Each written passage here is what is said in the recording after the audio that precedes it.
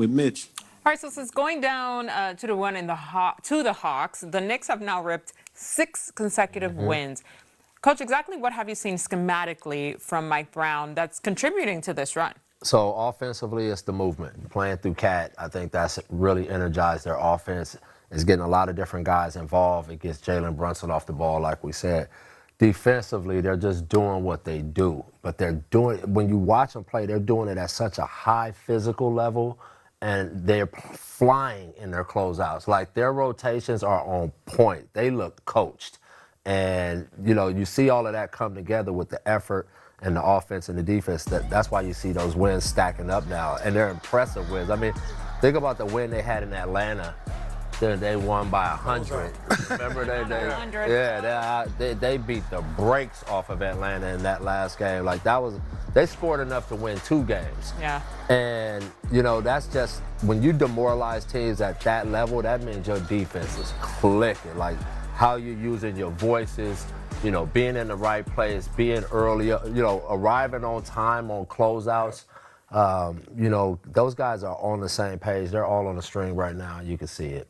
Yeah, wait a second. So you share a lot of things with Coach Mike Brown. We have some breaking news coming into the association floor. Coach, big news for you. Here's our guy, Spears. He tweeted this earlier saying, David Fizdale is Nigeria men's basketball new head coach with eyes on qualifying for the Olympics right here. Wow, there you go, Coach. Congrats. Appreciate it. Yeah. My boy got a job. I got a job. Let me borrow $1. Yeah, let me hold something. No, it's This awesome. is huge. Congratulations, Coach. Yeah. I mean, give us more. You just said Mike Brown. Mike Brown, and, you know, he coached the Nigerian team a few years back, and he introduced me to 2 incredible gentlemen, Musa Adamu and Ugo Udezwe. And these guys just worked it, and they, you know, showed me the vision of how they want to do this. And, you know, as soon as where they got me is they just said, you know, the Olympics is in LA, right? Well, It was like just dangling that carrot, like you get to coach in your hometown. Like, if you could get this team to qualify, then, you know, I started thinking about the guys that we have potential, you know, to add to that team. And there's a lot of talented Nigerian players out there. So if we could corral them, you know, build this team up. And then I'm also tasked with trying to, like, really structure their under 17, under 18, under 19 teams. And so, you know, so we could put a real stamp on their Olympic program and even their youth programs. And you know how that spreads through a country. You're talking about 232 million people. Yeah. So it's exciting. I'm very excited. We're all excited about it. Now we got to get a team and win some games. What could that roster look like? Like, what's your... I can't be giving up. Like, we already... I'm going to say this. Here's what I'm going to say. We got a commitment out of a baller today. And he knows who he is. I ain't even go. It's his story to tell. You know, I'm trying to because you got to think, for these guys, you know, their lineage and their heritage, you know, their parents are Nigerian, their grandparents are Nigerian, and now they get to represent that country on American soil where they grew up. And so that's a serious full circle moment for a lot of these players. So I don't take it lightly that I'm their coach. I want to help them succeed in this because I think we're going to get a big, you know, output of participation because it is in America. It is in Los Angeles. And it don't get bigger than that. That's the stage. Olympics in LA, like, that's as big a stage as you're going to get. So, yeah, it's exciting. Tristan's like, let me check this ancestry real quick. Listen, I checked my 23andMe. Can I get you? I mean, 23andMe. I get some bigs. Very important question, though, Coach. How is this going to impact Fizz's 5?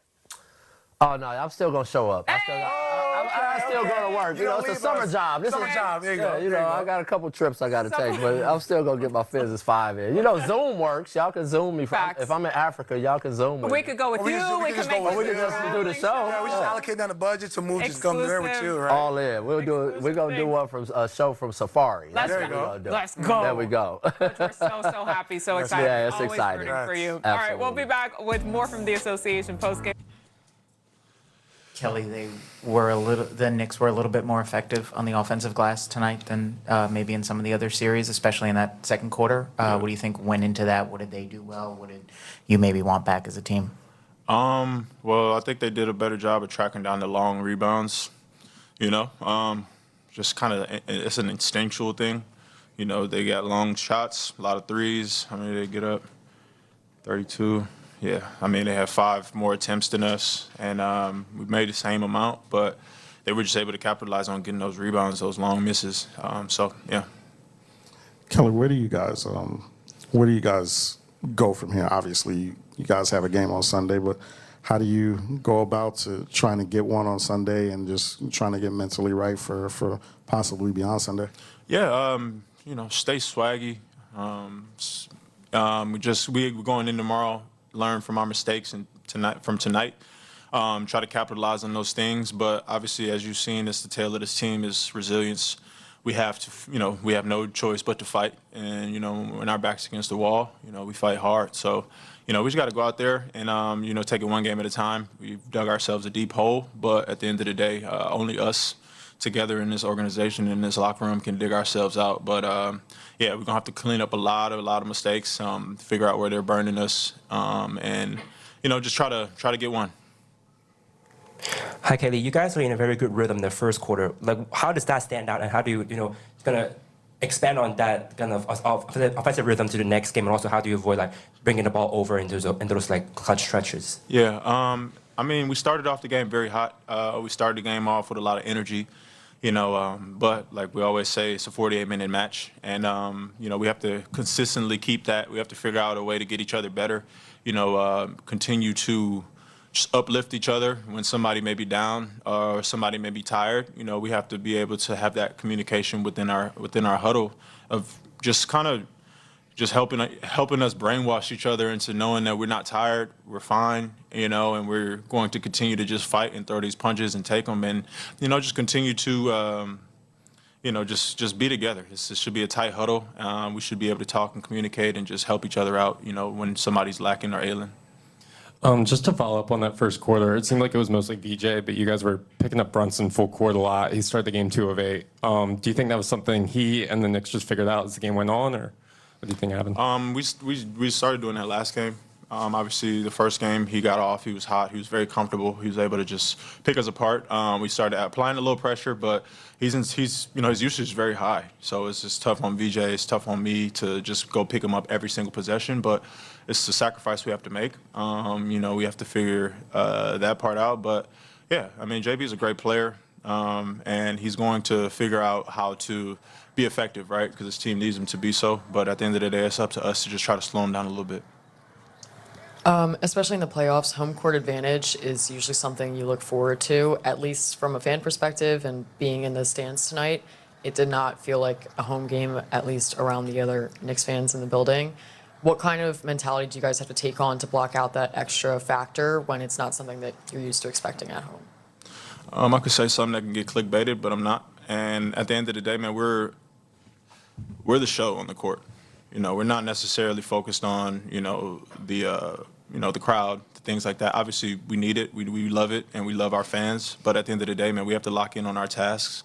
We have to, figure out our game plan. Just have a tight huddle, because no matter what, it's loud, right? It's kind of the same. No matter who the crowd is cheering for, it's loud. We have to be focused on the task at hand, man, and just kind of have a short-term memory when it comes to things like that. But at the end of the day, man, we are home. This is the court that, we practice on, we shoot around on, and we're comfortable here. So we just got to go out there and just perform. Kelly, there was, I think, five or six empty possessions to end the third quarter when it was a 2-point game.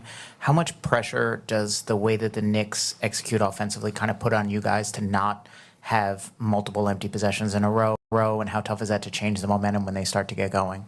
It's very hard. I mean, they're a polished group, they've been playing together. Obviously, this is Coach Mike's first year, but at the end of the day, they have a good baseline foundation with the Nova boys, right? So they've kind of been able to tap into what they need at the opportune times and figure that out. And we have to get there, and we have to do that same thing. So, that's just what it is. Kelly, obviously round 1 was a long, drawn-out, emotional series for you guys, and then you have a quick turnaround to this series, and you're playing a lot of minutes.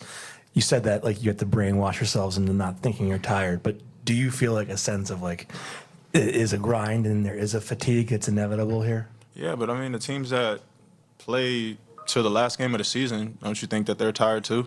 It's the ones who are mentally tough, the ones who can fight the fatigue, do the right things to do to get their body right, preseason, off season, and then throughout the season, right? And those are the teams that hold the trophy up at the end of the year. So there ain't no excuse. This is the longest basketball that I've played here, right, since I've been here. And, it's a challenge. But at the end of the day, I think we're up for it. I'm up for it. I'm excited to play every night, get my body right, no matter if I'm feeling up or down. I'm going to go out there and give it 100%, and no matter what. So I think that we all need that.